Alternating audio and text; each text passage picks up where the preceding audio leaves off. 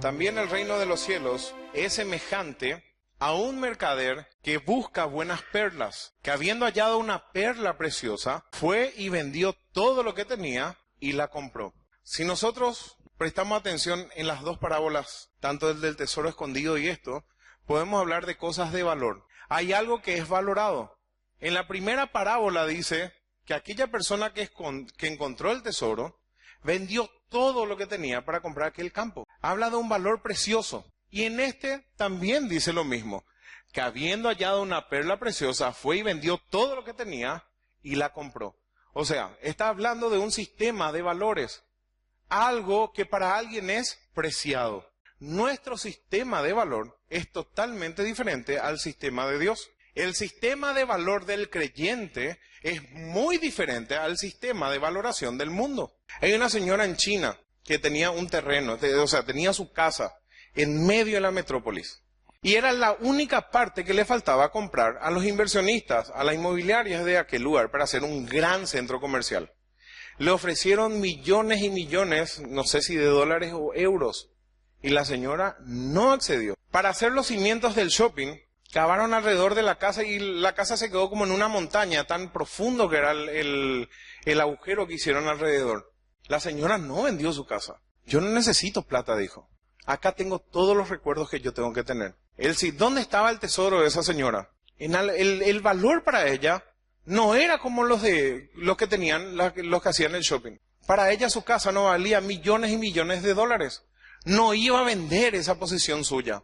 Para ella era preciado. Y cualquier otra persona va a decir, ¡qué loca! Yo vendería, ¿verdad que sí?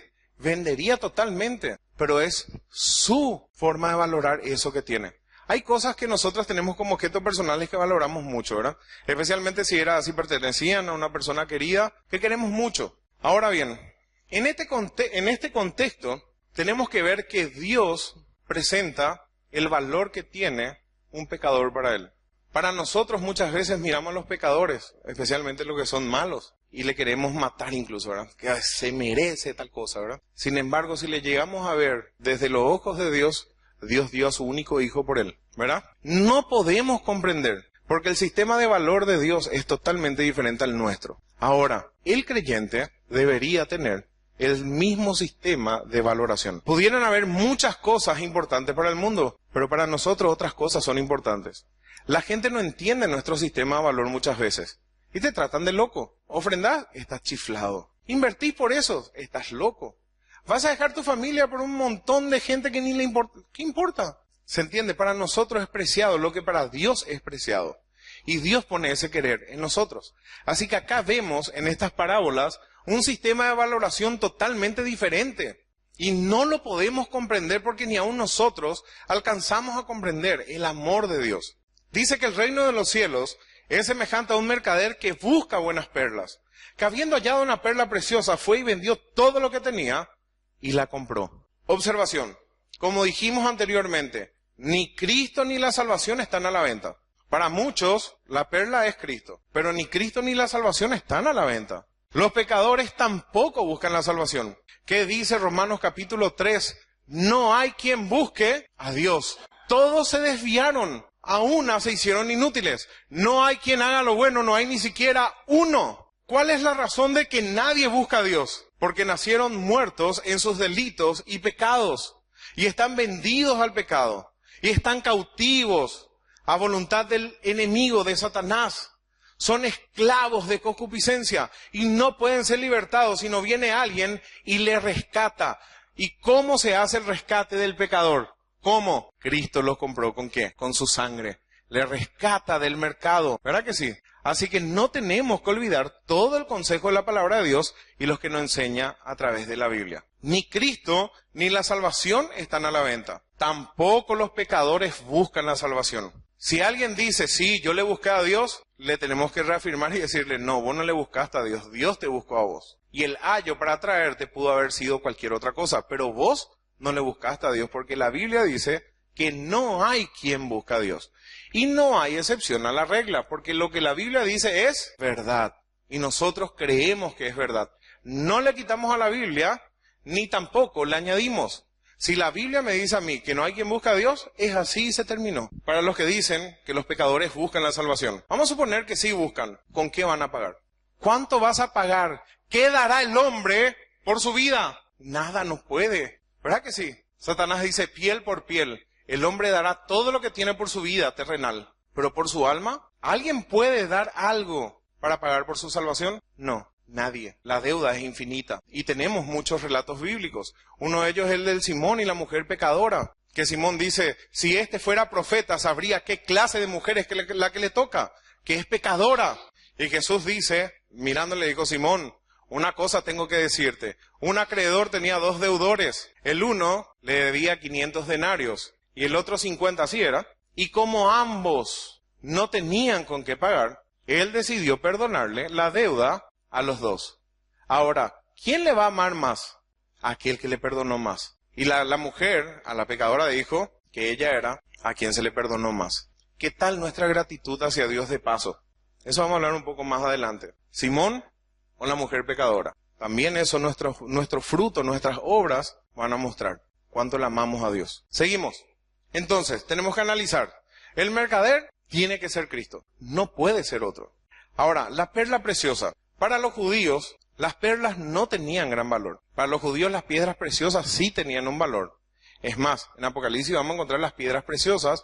Vamos a encontrar también 12 puertas de perlas que vamos a estar viendo después. Pero entre los judíos, el oro era preciado y toda piedra preciosa, pero la perla no. Pero sin embargo, para los no judíos, la piedra era preciosa. Job 28:18 dice, no se hará mención de coral ni de perlas. La sabiduría es mejor que las piedras preciosas.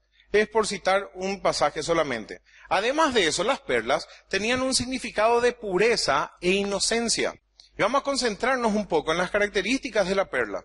La perla, ¿cómo eran concebidas? Un objeto extraño tenía que entrar dentro de un cuerpo perfecto, ¿verdad? Y el mecanismo de defensa lo iba cubriendo y expulsaba, o sea, formaba o generaba la perla. Cristo se hizo pecado por su iglesia. Cristo se hizo pecado por nosotros. El que no cometió pecado, el que llevó una vida perfecta, pura y santa, por nosotros Dios lo hizo pecado, cargando nuestros pecados sobre él en la cruz. Y él pagó el precio del pecado, que es la muerte.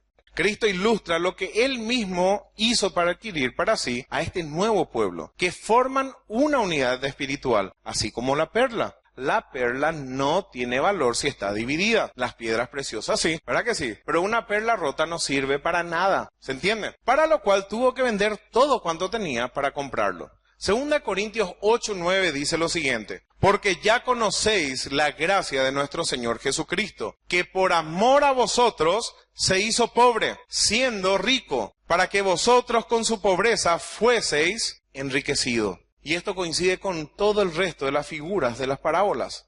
La palabra mercader equivale a un mayorista que viaja para comprar mercaderías para sí. Un experto en perlas. Jesucristo es también el que vino a buscar a los que forman ahora su iglesia. Lucas 19:10 dice, porque el Hijo del Hombre vino a buscar y a salvar lo que se había perdido. Y la implicancia de este pasaje es mucho más amplia. La perla representa a la iglesia. Para muchos quizás no. Mateo 19:25. Luego de la parábola del joven rico, dice que sus discípulos, Mateo 19:25, sus discípulos oyendo esto, se asombraron en gran manera diciendo, ¿quién pues podrá ser salvo? Si este que estuvo hablando con Cristo no es salvo, ¿quién podrá ser salvo? Dicen. Porque él había dicho que todos los mandamientos había guardado de su niñez, de su infancia, todo. ¿Y Cristo qué le dijo? Te falta uno. Vende todo lo que tenés y dalo a los pobres. O sea, las riquezas estaban en primer lugar en su corazón y no Dios.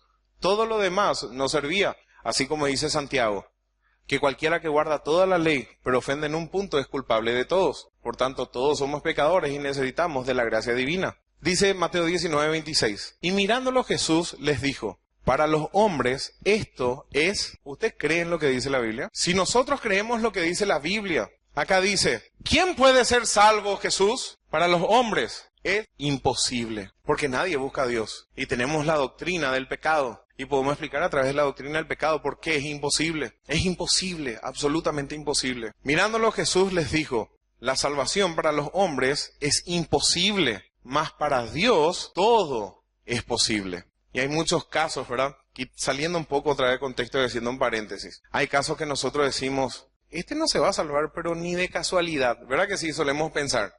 Le vemos a una persona buena y decimos, sí, este se va a salvar. Le voy a testificar a este, va a ser más fácil. Al contrario, generalmente es más difícil. Generalmente es más difícil. Cuanto más moral es la vida de la persona y cree que es justo delante de Dios, más difícil es. Es más difícil testificarle a los religiosos que a aquellos que saben que están perdidos. Mucho más difícil que reconozcan sus faltas.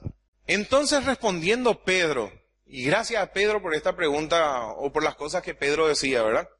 Mateo 19:27. Entonces respondiendo Pedro le dijo, he aquí nosotros lo hemos dejado todo, pero no solamente dejaron todo, y te hemos seguido. ¿Qué pues tendremos? Le dice. Y Jesús les dijo, de cierto os digo que en la regeneración, cuando el Hijo del Hombre se siente en el trono de su gloria, vosotros que me habéis seguido, le está hablando a los discípulos, a los apóstoles, miren lo que dicen, vosotros que me habéis seguido, también os sentaréis sobre 12 tronos para juzgar a la iglesia. No dice eso, para juzgar a las 12 tribus de Israel, para reinar sobre ellos, van a ser jueces sobre ellos. Evidentemente David va a estar como rey.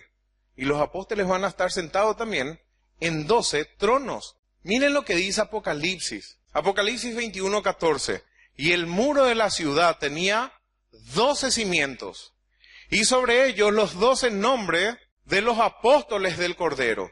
Y los cimientos del muro de la ciudad están adornados con toda piedra preciosa. Los fundamentos. Nosotros estamos edificados sobre los fundamentos de los profetas, lo que estaba escrito en el Antiguo Testamento. A Israel fue confiada la palabra de Dios. Y dice, los cimientos de esa misma ciudad estaban adornados con toda piedra preciosa. El primer cimiento era de jaspe, el segundo de zafiro, el tercero ágata, el cuarto esmeralda, el quinto ónice, el sexto cornalina, el séptimo crisólito, el octavo berilo, el noveno topacio, el décimo crisopraso, el 11º jacinto y el 12º amatista. Versículo 21. Y las 12 puertas eran 12 perlas. Cada una de las puertas era una perla. Y la calle de la ciudad era de oro puro, transparente como vidrio. ¡Qué espectacular! Tenemos figuras a través de toda la Biblia. Israel y la iglesia. Ambos forman parte de un mismo cuerpo. La perla es un cuerpo en contraste con el tesoro, que es un conjunto de valores. Israel era un conjunto, ¿verdad?, que formaban una nación. La iglesia es un solo cuerpo. Sin embargo, el cuerpo está formado por todos los creyentes unidos por el Espíritu Santo. Juan 17:21 dice así, para que todos sean uno, como tú, oh Padre, en mí y yo en ti. Que ellos sean uno en nosotros, para que el mundo crea que tú me enviaste. Gálatas 3:26 dice, pues todos sois hijos de Dios por la fe en Cristo Jesús. Porque todos los que habéis sido bautizados en Cristo, de Cristo estáis revestidos. Ya no hay judío ni griego, no hay esclavo ni libre, no hay varón ni mujer, porque todos vosotros sois uno en Cristo. Este es el aspecto de hoy día de la iglesia.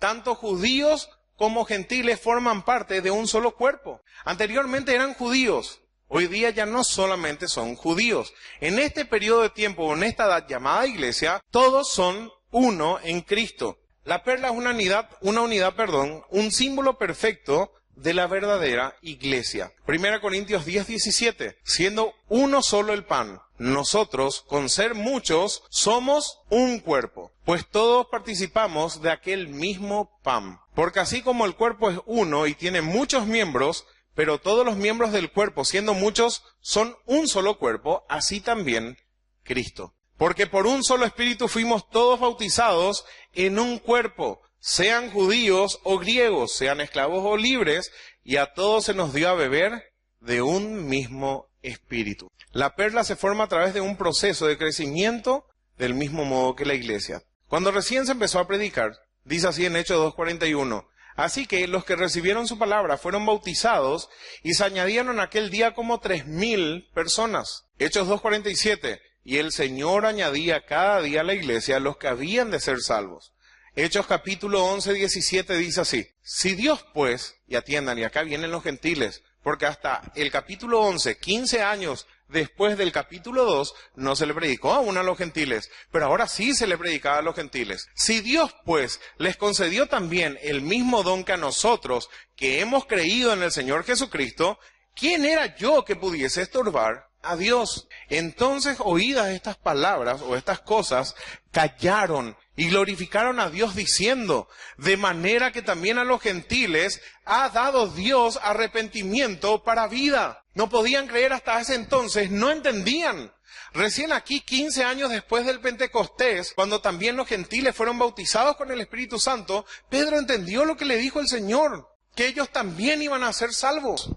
Efesios 2:20, edificados sobre el fundamento de los apóstoles y profetas, siendo la principal piedra del ángulo Jesucristo mismo, en quien todo el edificio, bien coordinado, va creciendo para ser un templo santo en el Señor. Efesios 5:25 dice: maridos, amad a vuestras mujeres, así como Cristo amó a la iglesia y se entregó a sí mismo por ella. Cristo amó a la iglesia y se entregó a sí mismo por ella, para santificarla, habiéndola purificado en el lavamiento del agua por la palabra, a fin de presentársela a sí mismo una iglesia gloriosa, que no tuviese mancha ni arruga, ni cosa semejante, sino que fuese santa y sin mancha. ¿Para qué Cristo se entregó? Para la iglesia, para que sea posesión suya. El mercader vendió todo lo que tenía para adquirir esa perla para él. No iba a estar a la venta nuevamente. Era para él esa. Ya no está a la venta. Fue comprada por precio, un precio muy elevado, que ningún otro va a querer pagar. Pero él sí quiso pagar, por el amor que le tuvo. ¿Se entiende? Aplicando a nuestras vidas. El amor divino, y vamos a quitarle la palabra iglesia. Ponga su nombre. El amor divino para con José, para con David, para Milena, para Rubén, para Mónica, para tío Pedroso, para tío Helio, para todos ustedes. Pongan su nombre ahí. Cristo dio su vida para adquirir lo que para él era algo precioso. Cristo se despojó de su gloria, haciéndose obediente hasta la muerte de cruz. ¿Para qué? Yo no merecía el amor de Dios. Yo fui objeto de su amor. ¿Verdad qué hace? En primera persona. Porque si bien habla de toda la iglesia, la palabra de Dios siempre tiene que ser aplicada en forma personal. Que no sea para el que está a tu lado. Que no sea para tu esposo, para tu esposa, para tu hijo o para tu vecino. Que sea para vos. Dios te amó tanto que dio su vida para volverte a comprar y te rescató. Cristo se despojó de su gloria. Así como dice Filipenses. ¿Se acuerdan el capítulo de Filipenses 2? Dejó todo eso de lado por vos. Eso es amor. El resto no es amor. El resto son otras cosas. Pero esto es amor. En que Él me amó y se entregó a sí mismo para rescatarme. Entonces, Cristo dio su vida para adquirirme. Cristo se despojó de su gloria, haciéndose obediente hasta la muerte de cruz para comprarme por precio. Yo no me merecía ese amor, pero fui el objeto del amor divino. En los planes de Dios, desde antes de la fundación del mundo, yo estuve allí. El creyente sabe eso. Dios me ama, por eso yo le amo a Él. 1 Juan 4:10. En esto consiste el amor.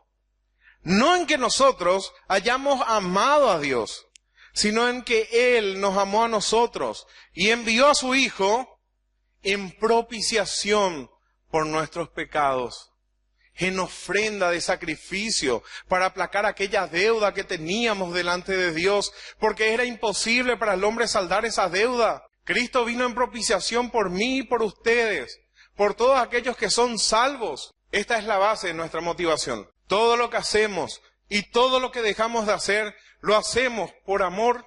Esta afirmación, ¿falso o verdadero? Verdadera. Es real en nuestra vida. Si esto es verdadero, lo que estamos afirmando acá, que el verdadero amor por Cristo se va a manifestar en obediencia a sus mandamientos. El verdadero amor por Cristo se manifestará en obediencia a sus mandamientos. Juan 14:15 dice: si me amáis, guardad mis mandamientos. Juan 14:24 y 19 dice así también: el que no me ama, no guarda mis palabras. Y la palabra que habéis oído no es mía, sino del Padre que me envió. Primera de Juan 4:19. Nosotros le amamos a Él porque Él nos amó primero. Nunca va a ser al revés. La persona que no experimentó la salvación nunca va a amarle a Dios. ¿Saben por qué? Esa persona no guarda los mandamientos. Esa persona es religiosa y dice de labios para afuera que le ama a Dios. Un amor sentimental, un amor emocional, pero eso no es el amor que Dios quiere. El amor de Dios, el amor hacia Dios es racional, es en obediencia a sus mandamientos. ¿Qué implica eso? Conocer su palabra. Y no solamente conocer su palabra, sino atesorar, ponerla por práctica. Nosotros le amamos a Él porque Él nos amó primero. Aquel que no experimentó la salvación no va a poder mostrar amor a Dios. El amor a Dios se manifiesta en obediencia y punto aparte. Todo lo demás son filosofías y argumentos según los hombres y no según Dios. No sirve. Quien no ama a Cristo está aún perdido. 1 Corintios 16:22. Del versículo 19 vamos a leer. Pablo viene hablando de varias cosas a los corintios y en la despedida dice así. Las iglesias de Asia os saludan.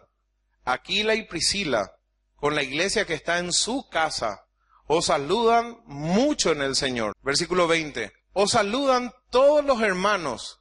Saludaos los unos a los otros con ósculo santo. Yo, Pablo, os escribo esta salutación de mi propia mano. Miren lo que dice en el versículo 22. El que no amare al Señor Jesucristo sea anatema. Anatema es una maldición que no se quita. Maldito. Y yo le pregunto algo. ¿Cómo yo le amo a Cristo? Si me amáis, guardad mis mandamientos. Y Pablo, como apóstol, dice, el que no amare al Señor Jesucristo sea anatema. La iglesia es un asunto serio. El decir que somos creyentes es un asunto serio. O formamos parte de la cristiandad o no. No se olviden que hay más esperanza para aquel que es frío, porque está perdido y reconoce que está perdido. Para aquellos que son tibios, aquellos que dicen que son creyentes, pero no guardan, no le interesan los mandamientos de Dios. Por supuesto no somos perfectos, no guardamos todo, nos equivocamos, pecamos, caemos en pecado, y Cristo nos restaura y seguimos, no vivimos en el pecado, tan diferente. Aquel que lo da todo exige una renuncia personal a todo lo propio por servirle a Él, por amor a Él. Lucas 14:26 dice así. Si alguno viene a mí y no aborrece a su padre y a su madre y a su mujer, e hijos y hermanos y hermanas, y aún también su propia vida, no puede ser mi discípulo. Y el que no lleva su cruz y viene en pos de mí, no puede ser mi discípulo. ¿Se dan cuenta que es él y él, personal? Vamos a poner otra vez en forma personal. Si yo, Diego Duarte, si Nelson, si tío Pedroso, tío Helio, si Alberto, si Cristian, si Julio, si Tito, si alguien de ustedes, pongan su nombre. Si yo no voy a Cristo y no aborrezco aún a mi padre y mi madre, mujeres, hijos y hermanos y hermanas, y aún mi propia vida, no puedo ser discípulo de Cristo. ¿Solamente es para pastores esto? ¿Solamente es para misioneros esto? ¿O es para todo creyente? Es para todo creyente. Amarás a Dios sobre todas las cosas. Dios tiene la preeminencia.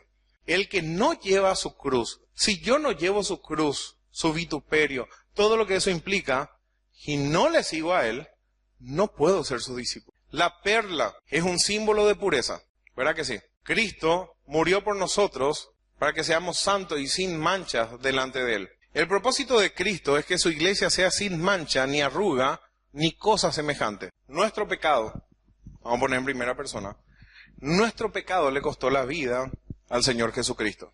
Él padeció por mí, completamente. Por tanto, el creyente no debe vivir en el pecado. Tito 2:14 dice así, quien se dio a sí mismo por nosotros, para redimirnos de toda iniquidad, y purificar para sí un pueblo propio. ¿Cómo tiene que ser ese pueblo que el Señor rescató? Celoso de buenas obras, partícipe en la causa de Cristo, de una u otra manera, cada uno según el don que ha recibido. Memorizamos este pasaje, Tito 2:14. Quien se dio a sí mismo por nosotros para redimirnos de toda iniquidad y purificar para sí un pueblo propio celoso de buenas obras, las obras que Dios preparó de antemano para que anduviésemos en ellas. El creyente debe amar a la iglesia, en primer lugar, porque fue objeto del amor divino. Si nosotros entendemos que Dios nos amó tanto, vamos a entender que Dios le amó también a mi hermano de la misma manera. Si mi esposa es creyente, yo tengo que entender que Cristo le amó a mi esposa de la misma manera que me amó a mí. También mi esposa debería de entender que Dios me amó a mí de la misma forma. Si nosotros podemos comprender que Dios me amó tanto, yo le amaría a mi prójimo, le amaría a mi hermano y le serviría, porque es objeto del amor de Cristo. El amor se manifiesta en trabajo dentro de la iglesia para su edificación. Vamos a estar abriendo 1 Pedro 4, 10 al 11. Dice así: cada uno, según el don que ha recibido, ministrelo a los otros, como buenos administradores de la multiforme gracia de Dios. Si alguno habla, hable conforme a las palabras de Dios. Si alguno ministra, ministre conforme al poder que Dios da, para que en todo sea Dios glorificado por Jesucristo, a quien pertenecen la gloria y el imperio por los siglos de los siglos. Amén. Entonces, ese amor, al guardar sus mandamientos, se va a manifestar en el trabajo dentro de la iglesia, en la administración de los santos. Yo me voy a hacer copartícipe del Evangelio y voy a dar todo de mí para que eso siga adelante y para engrandecer el objetivo que tiene Dios aquí en la tierra. Dios quiere, Dios desea que todos los hombres procedan al arrepentimiento. Como dijimos, no es un decreto, sino todos serían salvos. Pero yo tengo que tener el mismo deseo. ¿Cómo Dios estableció que yo colabore dentro de ese plan que Él tiene, según los dones que Él me dio? Por lo menos un don tengo. No importa cuál es mi don, pero yo tengo que saber cuál es mi don y tengo que poner al servicio de Cristo. El creyente también debe mantener la unidad de la iglesia, así como lo representa la perla. Cristo no vendió todo para comprar varias perlas, sino compró una sola. Nosotros formamos parte de un cuerpo perfecto e indivisible. También tenemos que ser solícitos en guardar esa unidad. Hay una sola iglesia. Pudiera haber varias denominaciones a nivel terrenal, pero hay una sola iglesia, la verdadera iglesia de Cristo, que es invisible. Forman parte de esa iglesia todos los que fueron salvos en Cristo. Edificaré mi iglesia es enfático, es de propiedad divina. No podemos, vuelvo a repetir, no podemos hacer lo que queremos con la iglesia. No podemos vivir como queremos nuestras vidas. ¿O no somos nosotros miembros de la iglesia? No de la iglesia del servicio de la iglesia como organismo. Somos parte de la iglesia. No podemos hacer lo que queremos, porque ya no es nuestra vida. Tenemos otro amo. Alguien nos compró por precio. Pero no solamente lo hacemos por temor del castigo, realmente lo hacemos por amor. Porque comprendemos, porque Dios derramó su amor en nuestros corazones cuando recibimos a Cristo. Porque comprendemos cuál es su voluntad. Y hoy ya no hacemos más la voluntad del diablo como lo hacíamos antes. Hoy queremos hacer la voluntad de Dios, que mora en nosotros por medio de su Espíritu. Y hoy lo damos todo por ese amor. El amor de Cristo nos constriñe, nos motiva. Esa es mi motivación. Pero si el amor de Dios no fue derramado en mi vida, si yo no experimenté la salvación, esas cosas no van a estar presentes en mi vida. Van a estar otras cosas. Las divisiones internas son un pecado contra el propósito divino. 1 Corintios 1:10. Qué interesante. Os ruego. ¿Por qué Pablo ruega? Porque Dios nos ruega. Conociendo el temor de Dios. Pablo ruega y nos ruega a nosotros porque es muy importante. Y nos dice, te ruego por favor. Os ruego pues, hermanos, por el nombre de nuestro Señor Jesucristo, que habléis todos una misma cosa, y que no haya entre vosotros divisiones, sino que estéis perfectamente unidos. Pero mirá lo que dice, en una misma mente y en un mismo parecer. O sea, que la palabra de Dios sea la que reine en tu vida y gobierne tu vida y dirija tu vida, y todo lo que hacen en conjunto lo hagan por lo que dice la palabra de Dios, no por tu parecer ni mi parecer, sino que sea la doctrina que guíe nuestras vidas. La única forma que tengamos el mismo sentir y el mismo parecer. O si no, va a ser imposible. O sea, hagamos las cosas como dice la palabra de Dios. Y se terminó. Podemos decir, en un sentido, mi idea y tu idea a Dios no le interesa. Porque Él jamás quiere nuestra inteligencia. Porque sus caminos son mucho más altos que nuestros caminos. Y su saber, podemos comparar el saber de Dios. Dios no le interesa nuestra inteligencia. A Dios le interesa nuestra obediencia. Pero Dios no quiere que seamos simples. Dios quiere que tengamos práctica en reconocer lo bueno y lo malo por medio de su palabra. Es tan diferente, ¿verdad que sí? Terminando, el creyente debe tener un gran respeto hacia la iglesia, por cuanto no es suya, sino de Cristo. Y hay una clara advertencia. 1 Timoteo 3, 14 al 15. Esto te escribo, aunque tengo la esperanza de ir pronto a verte, para que si tardo, sepas cómo conducirte en la casa de Dios, que es la iglesia del Dios viviente, columna y baluarte de la verdad. ¿Qué tenemos que aprender nosotros también? A cómo conducirnos en la casa de Dios. Y ahora yo pregunto, ¿conocen ustedes acerca de la doctrina de la iglesia? ¿Estudiamos eclesiología? Sí. ¿Vamos a volver a estudiar? Es importante. ¿Por qué? Porque tenemos que aprender a conducirnos en la casa de Dios. Cuando nosotros formamos parte de la iglesia de Cristo, vamos a formar parte de la iglesia local. Y presumimos que somos una verdadera iglesia local, que tenemos sana doctrina. Todos estos elementos juntos nos llevan a pensar que no podemos hacer lo que queremos dentro de la iglesia local. ¿Cómo me debo manejar dentro de la iglesia local? La palabra de Dios indica. Dios estableció dones. Dios estableció oficios. No está en vano. Hay ancianos, hay pastores, hay líderes y hay conductas que tenemos que tener. Todos. Pero todos, los unos y los otros, tenemos que someternos en el temor del Señor. Así también, si yo formo parte de la iglesia, el marido tiene su rol, la mujer tiene su rol, los hijos tienen sus roles. ¿Verdad que sí? Entonces, tenemos que aprender a manejarnos dentro de los parámetros de la palabra de Dios y afirmar nuestras vidas de una vez y para siempre. Tomar la determinación de obedecer lo que dice la palabra de Dios. Hasta que no hagamos eso, vamos a estar jugando a la iglesia. Si el creyente cree que Cristo está presente en toda reunión de la iglesia y que de hecho lo está en espíritu, su mayor deseo debería ser asistir a los cultos.